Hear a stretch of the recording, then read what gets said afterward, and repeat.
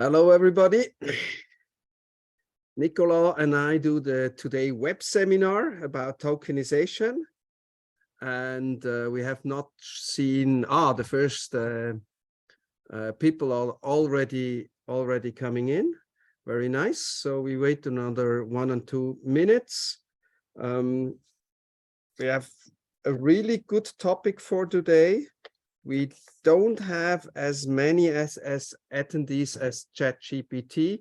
So my question, Nicola, should we talk about ChatGPT? Maybe we got some more attendees. So why is tokenization not so a hot topic? But we go on that later on.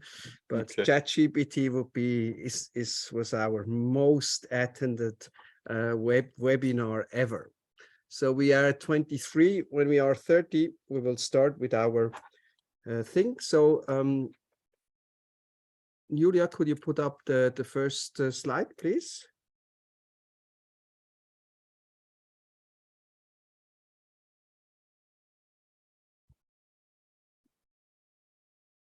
It's coming, yeah.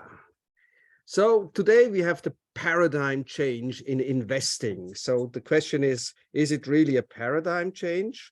And the second question, is tokenized equity really important to our audience? So we did that webinar with a specific goal. First of all, to keep you on track on good topics we have as investors and also for startups.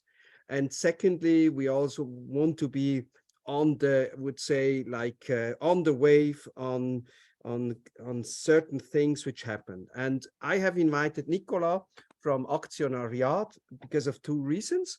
The first reason is he's really an expert and a very long time person in this area of tokenization. And the second one, it's on the next slide. Aktionariat is also sponsoring us, which I have to thank you very much on that. You are a gold partner for SICTIC. And we also have this webinar is sponsored by Ernst-Göhner Stiftung because we bring this topic to investors and startups. So the third reason is also if somebody is not yet a SICTIC member, I try to convince you to be SICTIC member after my short speech. So we are a big community, actually the largest community of angel investors here in Switzerland and even in Europe and worldwide, one of the largest. Our mission is really to make a network between startups, connect startups with investors. And especially for the startups themselves, it's a very important thing that they have a regularly pitch platform where they can present their cases and looking for money. And from our investor side, we have the same. We want to see the best startups in Switzerland. And I guarantee you as a SICTIC member, you will have that. Now, if you are becoming an investor, we give you a discount of 250 francs off the onboarding fee. And the promo code is really SICTIC webinar. So happy to have a chat maybe afterwards, or you can just email at ralph@sictic.ch and we'll having a nice one. So this was the first topic. I just rushed it through that we have enough time for the topic itself. So Nicola will do a short introduction into the tokenization world. And it's starting with it also, I mean, it's not the first thing you have done in your life. Maybe also you make a short introduction, Nicola, before you're going to see us or give us more insights and a level deeper down into tokenization, why it's really a paradigm shift, or so super interesting for us investors. And we have to say also for the startups. So the companies are also profiting from that. Sure, happy to do this. I'm sharing my screen now. Maybe you can. Yeah, we see it. It's okay. Perfect. So I'll go into full screen mode. You should still see it. As wished by Ralph, I will briefly introduce myself and explain a little something what I did before. So my name is Nicola. I'm the CEO of this company called Aktionariat. And what we do is we tokenize shares of Swiss companies, but I'll explain a little bit more about that later on.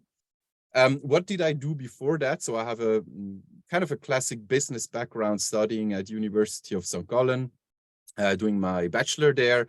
After that, I did a couple of years in the corporate world, realizing that I want to do something different. So I started my own small consulting company, which I used for about 5 years, working mainly for Daimler. Did a lot of business engineering projects, from exchanging the systems in the company to post-merger integration. I did a lot of different projects there. During that time, I was also doing my master's, no surprise, in business engineering at University of St. Gallen. After 5 years in this consulting business, I kind of had enough to work with the big corporates because everything was too slow for me. So I decided to go with my own startups in the future and work with people that have a lot of time, power, and also the skills to push things forward in a fast manner. So I started another startup before Aktionariat. I did this for 1.5 years. Then I sold my shares to the co-founder, and I joined Aktionariat on the 1st of February 2021. And we will learn in a few minutes what happened on that day. So this is a little introduction about myself. Maybe one thing to add is that when I started with Aktionariat, I realized that my knowledge in financial markets wasn't that deep.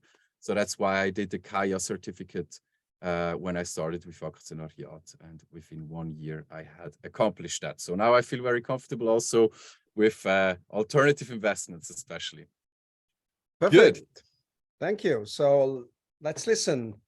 What is really tokenizing private equity or even private markets?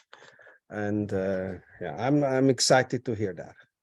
Great. So the title of the presentation obviously is Tokenizing Private Equity under the Swiss DLT law. So let's have a look what that means. So we start with the DLT law and a short explanation what security tokens means. 2016, one of the founders of Aktionariat, Lucius Meiser, today chairman of Bitcoin Swiss, had the idea that a blockchain law would have extreme benefits for Switzerland as an economy, because it would allow to come up with new business models that won't be possible without such a law. So he kind of co-initiated this whole process, and 2019, this whole legislation process started. It went through the normal process for a new law, so it took a couple of years with a lot of consulting rounds, and then it went through the Senate and then also the House. And there were no votes against this law. And then finally, as I said, the 1st of February 2021, so exactly the day when I started with Aktionariat, the first part of the law was introduced. And this is basically just one addition to the form of shares in the Code of Obligation in Switzerland, which introduces a new form of shares, a ledger-based security. This was introduced, and then on the 1st of August, so the national holiday in Switzerland, the second part of the law was introduced, which basically touches 10 different existing laws. There were some additions, some changes, and it governs basically what we would call decentralized exchanges. So exchanges do not work the traditional way, but work in a decentralized manner. So 2021, we had this law, and now you may ask, what does this bring? If you look at the upper part of this slide, you will see that you could have a paper certificate share or just a normal share without a certificate, and you could transfer it. But when you transfer such a share, you always have to have something written. So you have to have a Übertragungsvertrag, so a paper that makes sure that the transfer is valid, and you need to have that in writing, or at least you have to have an electronic signature on it. And then you may be the owner of this share, but you also need to make sure that you're in the shareholder registry of the company. So you need to reach out to the company, tell them, hey, I'm now the owner of the shares. Please put me in the shareholder registry. So quite a manual process, which can be facilitated, of course, a bit by technology. But what happens if we put these shares on a ERC20 token, a so-called security token, so a token that represents a security, in that case, a share? First of all, the transfer, of course, is much easier. So I can send it from my phone, which has a wallet on it, to another smartphone, which also has a wallet on it. And it's just a matter of seconds and the share is transferred. And since we have the DLT law, we do not need any additional paper, no additional signature, but the transfer is valid if it is on a blockchain. And then one additional value maybe that arises out of it is that I don't have to go to the company and register myself, but if the receiving wallet is already registered, so you just have your credentials in your wallet, your name, your address, and so on, you're automatically updated in the shareholder registry. So also for the company, it's a bit less effort. They don't have to go to their Excel, point out one person and then write in another person. So it's everything is done automatically just by the transfer of the so-called ERC20 security token. So on first sight, it may look exactly the same, but as a matter of fact, there is a lot of efficiency gains that we can achieve here. So let me talk a little bit about decentralized finance. Can I have two questions? Sure. One question is, what means ERC20 token? Is that also in the law called like ERC20 token, or is that just a technical description for the DLT software you're using? A very good question. So the law doesn't say blockchain or anything. It just describes what a distributed ledger should look like. And these are mainly the criteria that apply to a blockchain. A ERC20 token, on the other hand, is a standard of a token on a specific blockchain. In that case, the Ethereum blockchain, there is a standard, and standards as always make sure that there is a high level of interoperability. So you could use these tokenized shares also in other applications of this decentralized finance world. Thank you. Does that answer your question? Yep, that was one of my questions. Perfect. So if you have questions, dear audience, we have a question and answer section. Just put anything in it. I try to work on that and put the questions right away, or we have after the presentation of Nicola enough time to answer the questions. So this decentralized finance world that I was talking about before, let's have a look at it. So the traditional finance system, as you can see on first sight in this picture, it always has an intermediary in between that is in power of the ledger. So it's a closed system, it's a permission system, and it has limited interoperability. While on the other hand, if you look at the picture on the right-hand side, there is no intermediary between, and the ledgers are distributed among different parties. So it's an open system that everyone can participate in. It's permissionless, obviously, but it's also highly interoperable. And maybe the main difference here is that the agreements that these different parties around this intermediary in the middle in the traditional finance system, these agreements in the traditional system are enforced through this intermediary. That's the trusted party that makes sure that, for example, one party becomes a certain number of shares and the other party becomes a certain amount of currency. On the other hand, in the decentralized finance system, we don't need that intermediary anymore because we have the code that is programmed in a way that makes sure that one party receives a good and the other party receives a good as well, based on the agreements that were made. So we don't have the need of a financial intermediary anymore. And of course, the transactions are, as well as in the traditional financial system, executed in a very secure way. But in contrast to the traditional system, it's also very transparent. So everyone can see what kind of transactions took place, of course, without any personal data that is being disclosed. Can you explain again the permissionless? I didn't correctly understand that. Sorry on that. But for everybody in the audience, I'm not a DLT expert, neither I am a blockchain expert. So for me, it's the permissionless really in that sense question, because that sounds like a big differentiator. Yes, so in the traditional financial system, you need, in order to take part of these transactions, you need to be an intermediary that is somehow regulated in a certain way, but you need to have a permission to participate in these transactions. So you need to be permissioned as a financial intermediary, as I said, as a broker, whatever. In the permissionless blockchain, you don't need any permission at all. The only thing that you basically need is a wallet, and then you can participate in these transactions. You can trigger transactions yourself. You can set up pools where people can place transactions against. So there is no permission at all needed to participate in this world of finance. That's maybe the easiest way to explain it. Okay. So open for everybody, simply. Right. The biggest, most prominent example of decentralized finance is a tool called Uniswap. Uniswap lets you create pools with two currencies, and then everyone can trade against these pools of two currencies. I want to go, don't want to go too deep into this one because that's it's a really paradigm change on how markets work. Based on pools and not based on order books, but we will have a brief look at it later in the presentation. But what is notable here is that the daily volume on Uniswap is comparable to the daily volume on SICTIC. So it's quite a player and quite a lot of transactions that go through this tool. But so that's just now, one of a few you could use. One of a few you could use. There are many decentralized exchanges out there, but it's the biggest one, the first one that was out there, and also the most used one. So that's why I'm pointing out this one.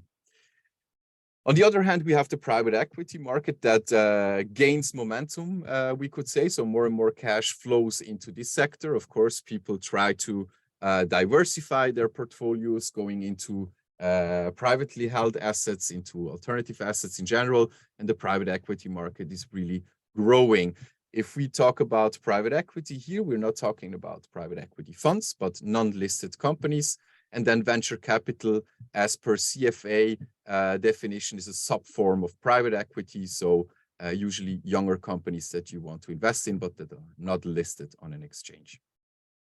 So what is the problem today, or what are the problems today with private equity? First of all, it's very exclusive. Only a few people have access to these deals because usually they require large ticket sizes. So very exclusive, usually only for high net worth individuals and institutional investors. And if you're in, as I learned from Thomas Dübendorfer in Switzerland, you're locked in for 7.5 years on average, because there is basically no secondary market to perform an exit.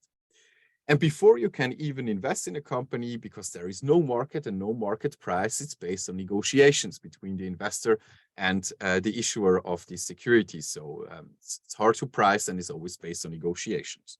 And we think with this blockchain technology, we can solve all of these three problems. So first of all, we can make it accessible. We can lower the ticket sizes and give access to everyone, because this technology makes it very efficient to transfer shares. On the other hand, we also want to make it more liquid. Coming up with a different approach to organizing the market should bring more liquidity into these markets. So you shouldn't be locked up for 7.5 years anymore in the future, but should enjoy more liquidity than you have today in private companies. And then also, because there is a market that is more liquid, you will also have a more reliable price. You have something like a market price that you can either take in order to do the investment based on this price, or you take this price as a base for the negotiations with the investors. So what you're saying here is actually this is one part of the paradigm change. First, to use DLT as or the DLT law to use shares, tokenize them, and then make a more transparent market for those shares. Is that correct when I would say that's the paradigm change? So first, using the DLT law, tokenize shares, and you have all the advantages with the share registry, and you know the owner, and everybody has his token. And the other one is like put a platform in, or a possibility to trade your shares when you can. Actually, in the DLT world, that's very normal because that's why you do it. You want to have liquid, but for shares, it was not yet possible in private markets. Is that kind of correct when I summarize that one? I would say that's extremely correct. Yes, a very good summary of what I tried to say. Yes, thanks a lot, Ralph. So if you think of a market today, a marketplace, usually it works based on an order book. And order books work very well if you have a lot of liquidity in these markets, but they work a bit less well if there is not enough liquidity.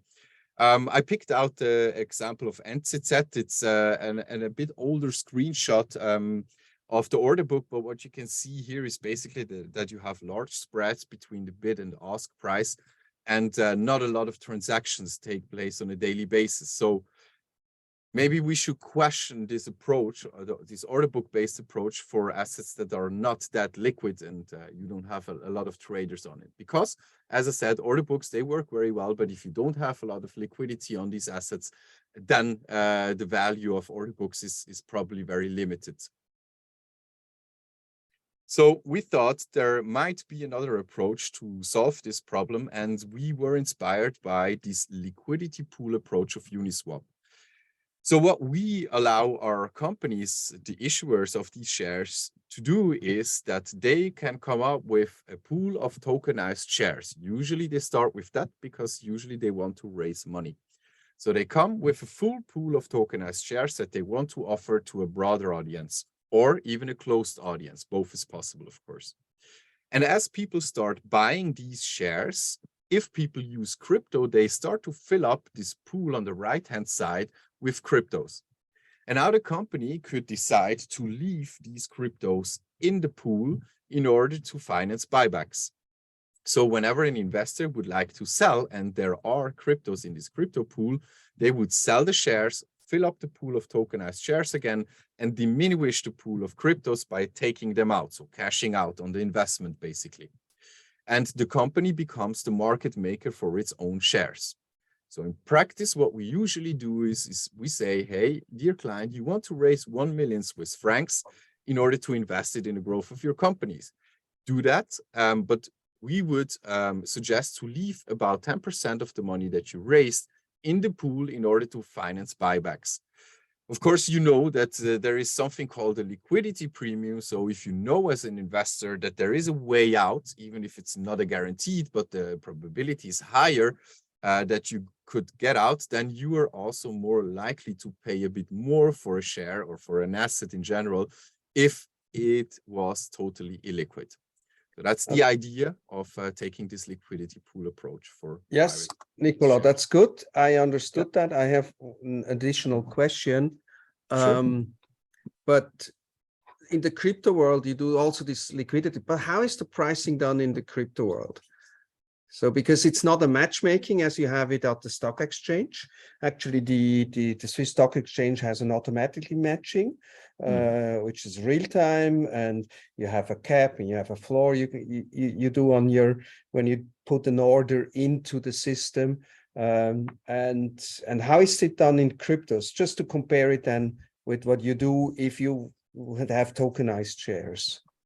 Very good question, and also the approach is quite complex, but I can try to explain it. So what you do is if you set up a pool, for example, on Uniswap, is you define a price span for your pool. So let's say you come with two assets, and let's say you have a Swiss franc and some cryptocurrency, then you define the price span for which you want to provide liquidity with this pool that you are setting up.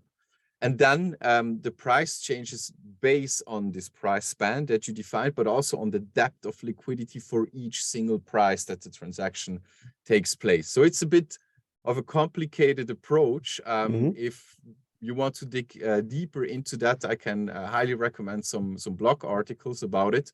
But briefly explained, you define a price span as a I'm just going still for the liquidity in the market. I mean, when you go to the stock exchange, as you said, NZZ is one of the examples with a very low liquidity for because there's no market making party there who gives you liquidity. That's why the prices, but there's still prices. You can do a sell and a buy every day if you want to.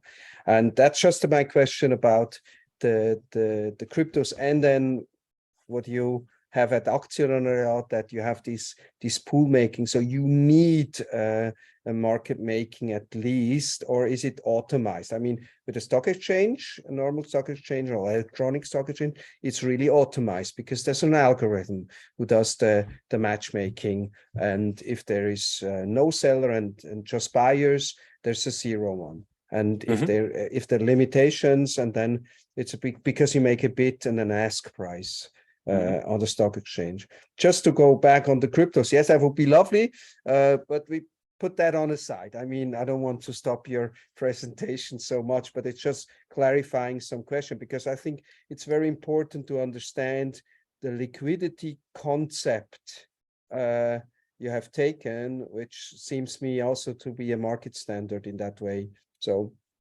that's interesting also, if you are going to buy tokens in the Aktionariat platform, or if you're a company who wants to put or wants to profit from the paradigm change. Maybe to answer the question in one sentence, it's fully automized as well. These smart contracts that we use there are called AMMs, and this stands for automated market makers. So basically, the smart contract there, where you can set up these liquidity pools, is meant to be an automated market maker, and you do not need an external party anymore to do the market making, which usually is very costly. But you could do an individual market making. Of course, on top of that, you can also do an individual market making. Yes. Oh, that's nice. Good. That sounds crazy. Good. So let's go a little bit more into what we make. Sorry, we have a question just to put that on a little bit interactivity. First of all, we have just a statement from François Birnholz, which says, yes, that's actually the law is not technology oriented. That's the good part.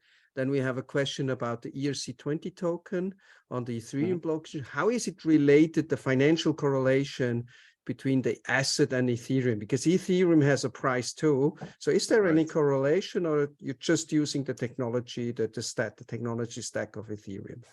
That's a very important question, and the question that always comes up, of course. So there is no correlation between the value of the Ether and the ERC20 token. What we use here as a base currency basically is the cryptographic Swiss franc issued by Bitcoin Swiss and fully collateralized with Swiss francs on a Swiss bank. So there is no correlation between the Ether price. The base currency is basically Swiss francs. Good. And then we had on slide 10 the question, how are shares more reliably priced with tokenization? Startups will likely be relatively unknown, thus long trading volumes, infrequent trades. Actually, that's the liquidity problem. Back to price negotiation or no sale. How do you would answer that question? It's a tricky question. It's a tricky question indeed.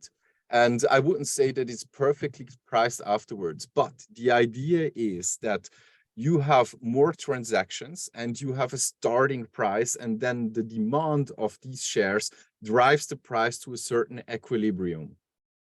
So that's the idea behind it. And if you make it easy to go in and you have much more transactions that you would have in normal private equity, where you have maybe once a year an investment round and the negotiation of the prices, here you can have a transaction every day or even several transactions every day, and it helps finding the price because you have more price points than just once a year. And that's the idea, that by that you move towards a price equilibrium.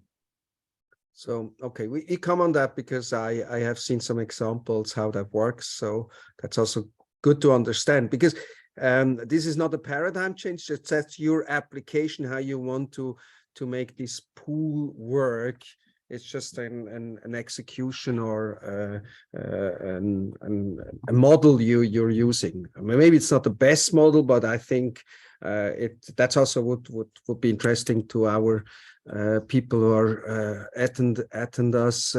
What really works and what really doesn't work. So there's that's good. We have answered that. The next question would be tokenized PE fund shares. We put that on later, and also the question if the shares of all shares have to be tokenized or just you can tokenize a part. We put that questions for later, huh? So let's go on the Aktionariat implementation of that pool. Great. Thanks a lot. So what drove us from the beginning was to basically create a system where companies and investors can exchange directly without any intermediary needed, because we have this smart contract in the middle. So companies should gain the freedom to fund themselves directly on the website, easy and with very low costs. And on the other hand, investors should be able to invest in any company they like directly, and not only in the 1%, not even 1% of the stock corporations that is listed on an exchange. And if you look at the graphic, you can see the Aktionariat logo in the middle. That is actually not the case. We are not in the middle. We are basically the infrastructure layer that we offer, but we never touch money or shares from our clients. So besides creating a market for your shares, which we just discussed, there are 4 more use cases that our clients use our technology for.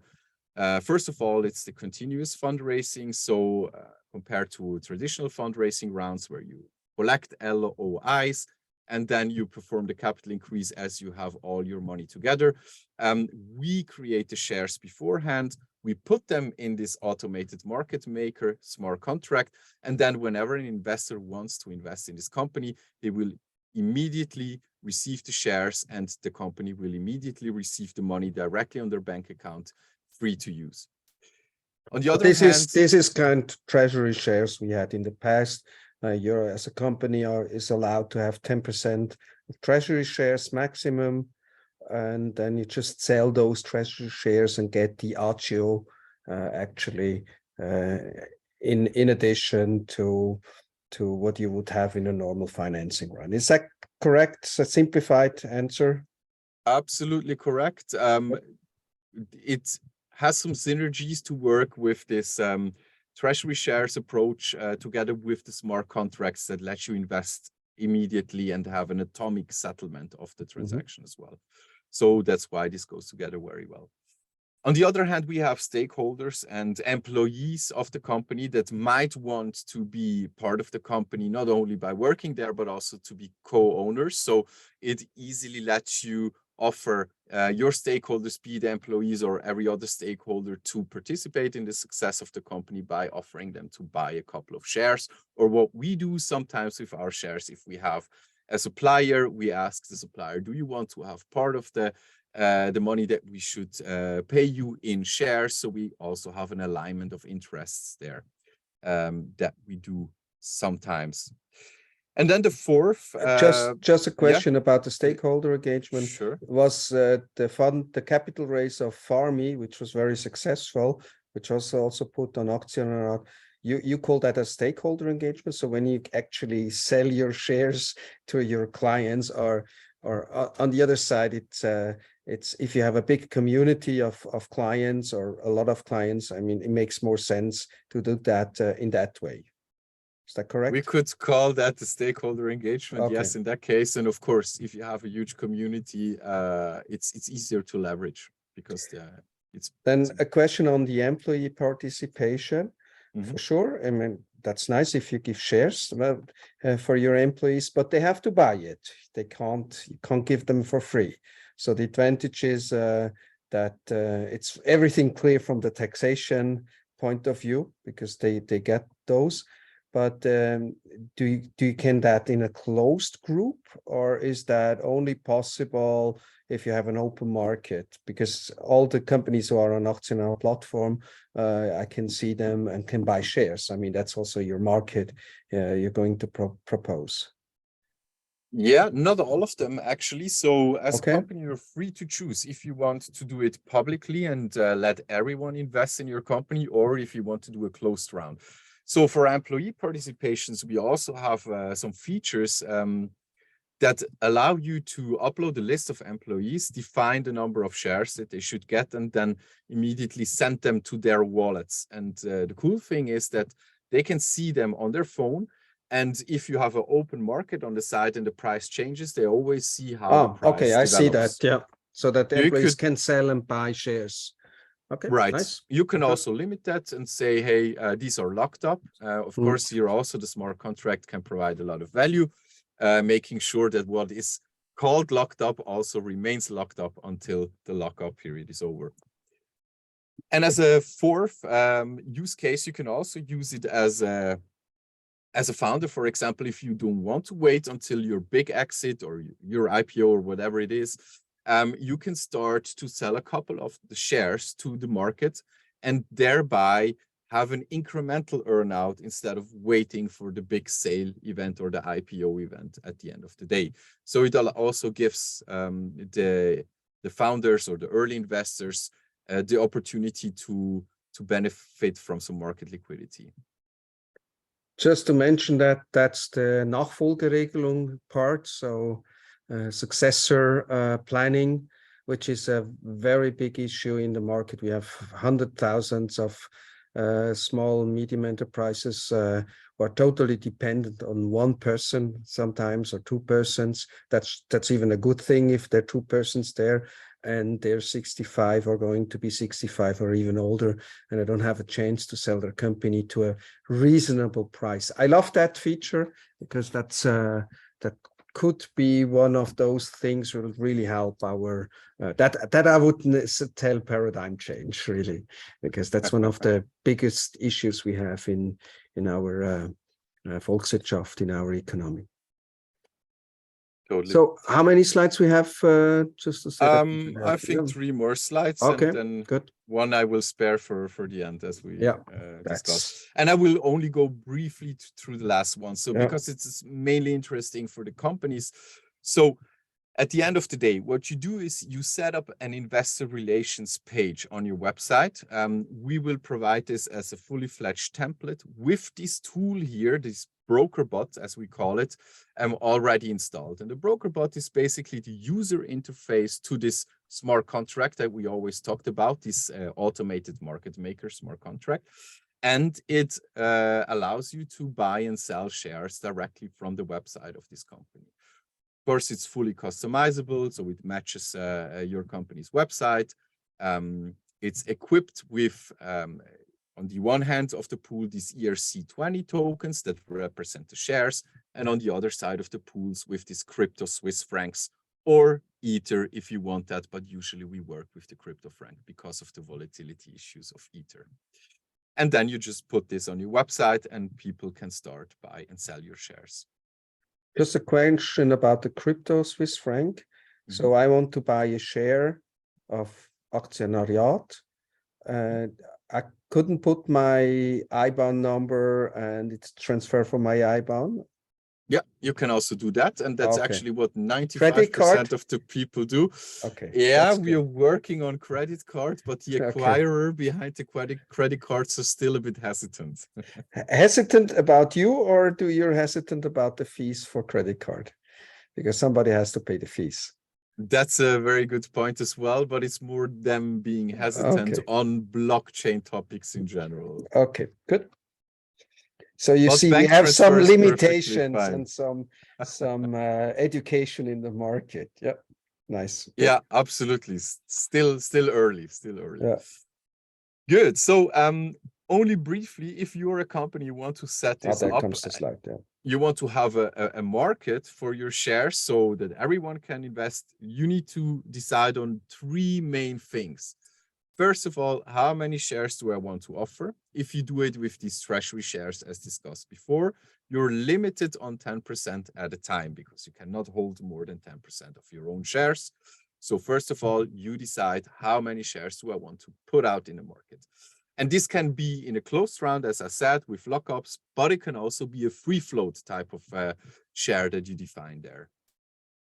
Secondly, you define a starting price. So what is the company valuation right now? And of course, you cannot just come up with any number. It will be checked by an external party, and it will be, at the end of the day, a plausibility report that is also published on the investor page of the company. So yes, you can come up with a fantastic price, but this will be checked. And if the price is way off, we won't allow you to go live. And anyways, there will be a plausibility check and a report on the website of the company.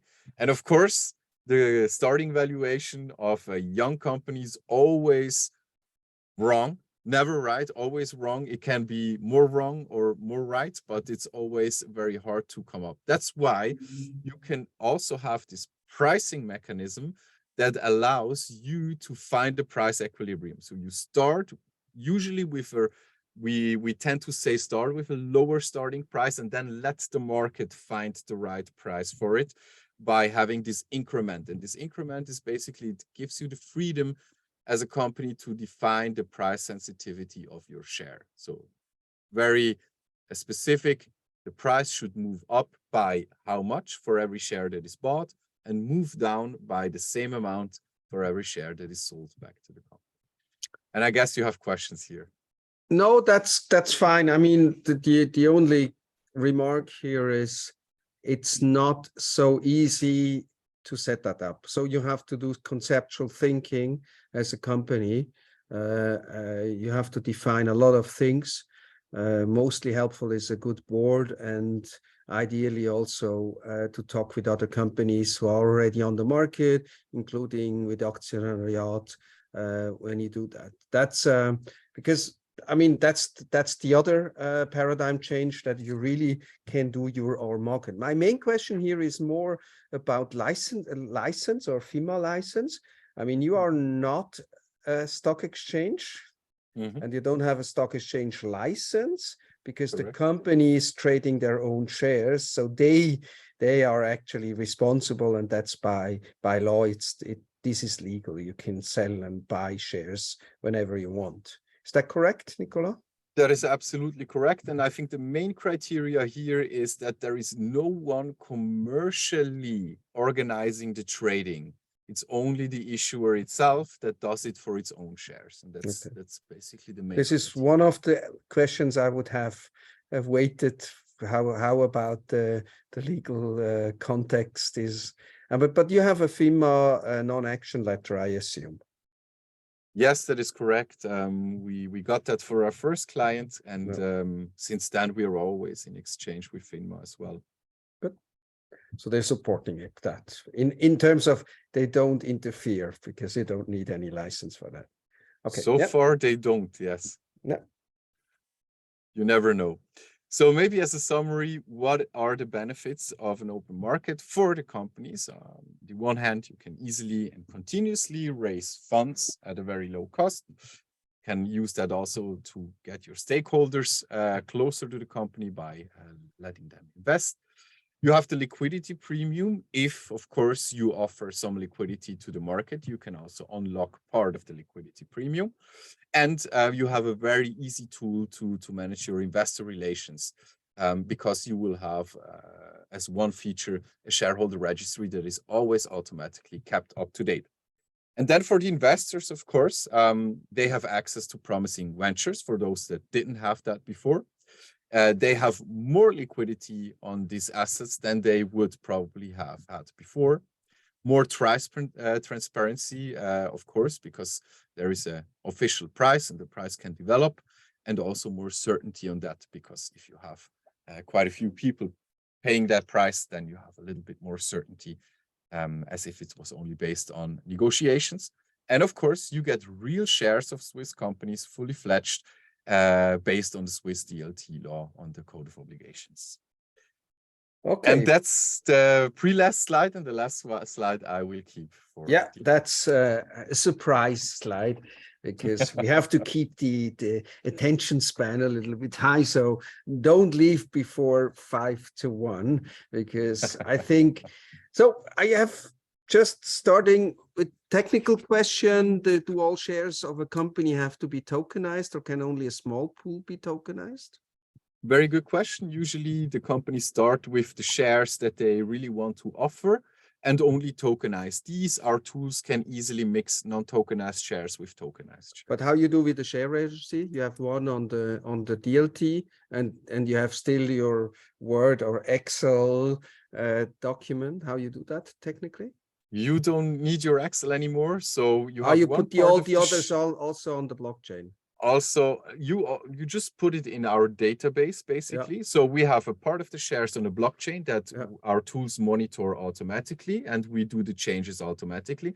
And then you have one part of the shares that are not on the blockchain, but they're both aggregated in one shareholder registry in our tools.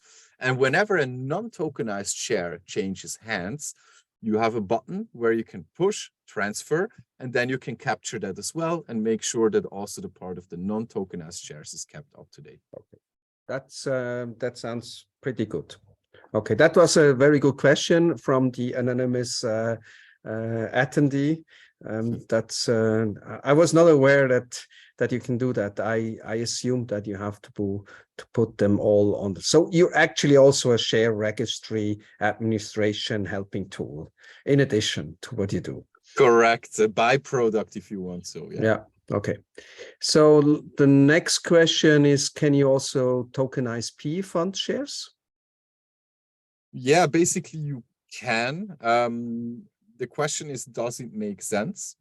We had that once. We had a fund of funds using our tools, tokenized, basically not the fund of funds, but the feeder AG stock operation to the fund. So you could buy tokenized shares from this feeder AG. It doesn't provide a lot of value in that case, because you still have this collective investment scheme law that only lets qualified investors invest in these funds, of course. But yes, it can be used. And especially in Luxembourg, there is a lot going on based on tokenized private equity funds. Yeah. So I have first a more generous question. Now we have this new DLT law about tokenizing shares, right? Mm-hmm. Mm-hmm. Did it really is a game changer for Switzerland until now? So far not, I would say. Okay, good. That was a short answer on that. I didn't heard anything else. So we still have to work on it. So we're still not in the hype modus like ChatGPT. Second question is about competition in Switzerland or outside of Switzerland. How do you see that? Because to me, Aktionariat is still the only company who offers that kind of service in that range of functionality. I would agree to that. So when I started with Aktionariat, there was already a company around called Daura, and they were already quite well known in the market. What they do is similar to what we do, but it's not the same. So first of all, they operate on a private chain. So everything is, again, in this private silo. You have to have a login as an investor in order to see and be able to transact. So that's very permissioned and not permissionless as we do it. And there are a couple of other major differences. Like, for example, we have a way to squeeze out your minority investors if it comes to an exit in an automated way on the blockchain again. So you don't have to run after every single investor's signature. But if the majority votes to sell the company, then this will be automatically executed. And there are a couple of more very elementary differences between what we do and what I would say the main competitor, at least until now, in Switzerland is doing or was doing. Worldwide, there are, of course, a couple of companies trying to do something similar, usually on a very insolid legal base. For example, in the US, we have a couple of them. One maybe worth mentioning is Securitize.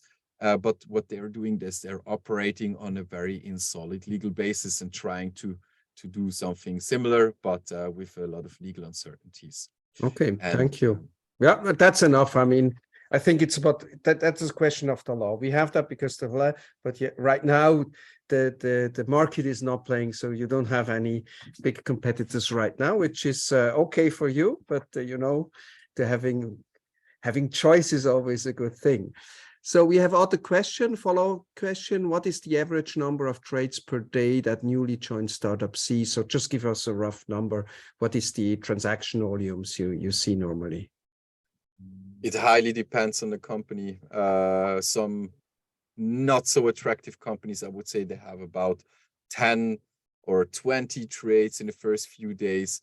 If you look at the Farmi case, you had a couple of 1,000 trades in the first few days. So let's say 500 a day, maybe in the first few ones. So that highly depends on the company.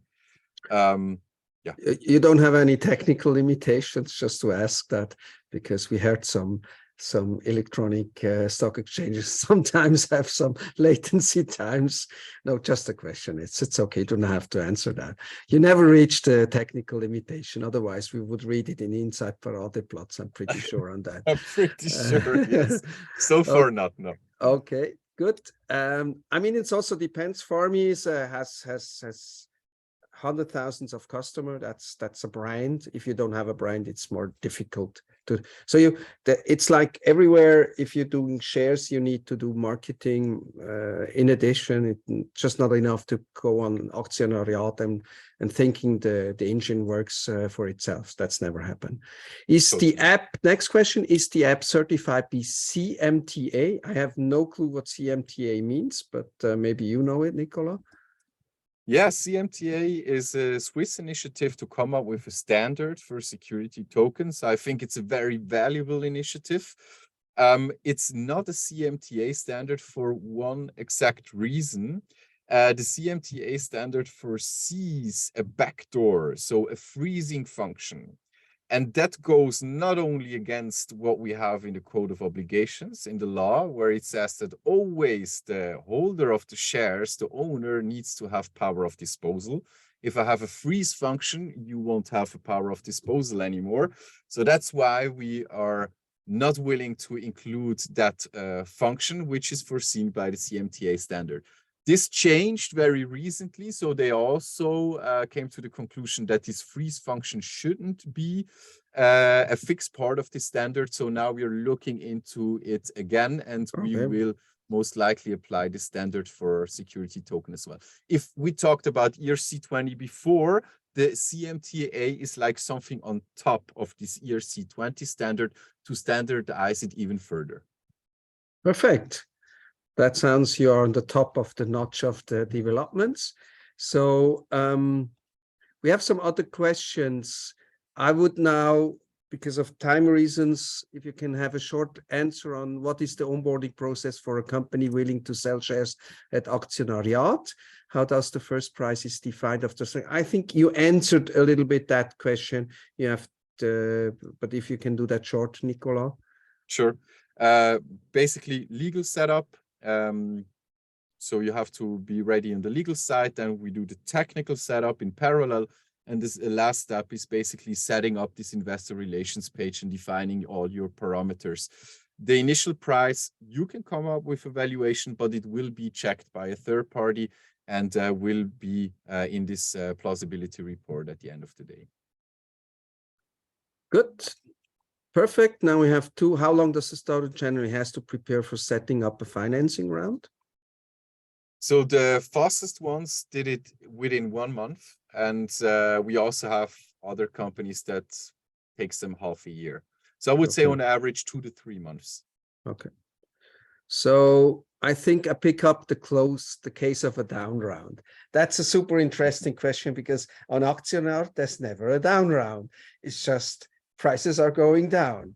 Can you just, Nicola, shortly explain? Because everybody believes if you sell shares, pricing is going up, but that's not the case always, because that algorithm, this AMM, automatically matchmaking, market matchmaking, market maker is also has if people are selling more, it goes the other side round. Is that correct? Yeah, so first of all, we have to understand it can only go down if the company provides liquidity to buy back shares from the market, and then it goes down by the same amount per share that is sold back to the company that it would go up for every share that is bought from the company. So what you do is basically you define a linear function, and the price moves up and down along this linear function if shares are bought or sold. Okay, good. So the last question, I think it's also a very interesting one I pick up. It's the question of the companies who are at Aktionariat. How do I do my due diligence on that? I mean, the listed companies have some regulation. You have SICs who control you. Actually, I'm in the board at a public company listed at the stock exchange. I mean, that's a tremendous process we have to compliance-wise to do that that happens. So that is not the case. Now, this sounds like a disadvantage. So how do you, what would you say to that? Just also a short answer. Yeah, it's an advantage and a disadvantage at the same time. Since there is a lack of regulations for private companies, we came up with our own standards. So we defined a standard set of information that you will have to provide. If you want to have more information, you always have the chance to reach out to the company and demand more information. What we are doing as Aktionariat, we are also publishing our yearly financial report on our investor relations page publicly, in order to lead by example. Let's put it that way. Yeah. But if you want to do a profound due diligence, just reach out to the companies, tell them you think it's interesting, but you need more information. And just a hint for everybody, you can, when you go on a company and you go a little bit deeper, you see the share prices, so the whole transaction history. And it's super interesting that some of the companies have just sold, and then other ones have just sell. So it's really, also that gives you an indication. But I think this is really a lack of one. You can't do a proper due diligence, or it is as difficult as for another private equity company if you don't have insights. So that's a little bit of risk. True. Okay, so when I put up that webinar, the most fumbling question for me is, I mean, you have these tokens, you need a wallet. I mean, I hate that, Nicola. That's the reason why I don't believe into Bitcoin and all that stuff. It's the UX, the user experience is so bad, and you don't make it so much better. So give me a solution on that. I want to hear something really news from you, Nicola. Yeah, very good point. So one thing that we are focusing on is ease of use, of course, and to make it more scalable. But, and that's what you want to hear, also, we want to build a bridge into the traditional finance. That's why we are in this working group together with STX, working hard to make it accessible also into traditional finance. That means, first of all, you will have a custody solution, so you don't need to have a wallet in the future. When you buy, you just choose custody at this bank, and then the shares will be sent to the wallet address of this bank. And then secondly, we also want to be a gateway to the STX marketplace in the future, where you have a very traditional order book-based market where you can trade your shares as well. I think that is really important. Next, that you offer that service, which is the first step of this paradigm change. But if you don't have to use a wallet anymore, and I see on my UBS portfolio my 10 shares of Aktionariat with the price, that is where I would like to see the future. It is not DeFi anymore. It's back to the roots, but for usability, it's much nicer. And actually, this is also my last word on that. So do you have any time plan on that? Is it 100% sure that you can do that, or it's just in conceptual design, whatever phase? We will announce very soon the first pilot project with one of the member banks of SDX. We just discussed it yesterday in the whole group, and we are ready to start this pilot.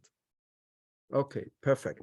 So, Nicola, if you have the answers, you can answer them also just in a written form if you want to. Sure. So for everybody else, we finish now this webinar. Thank you for the very good questions.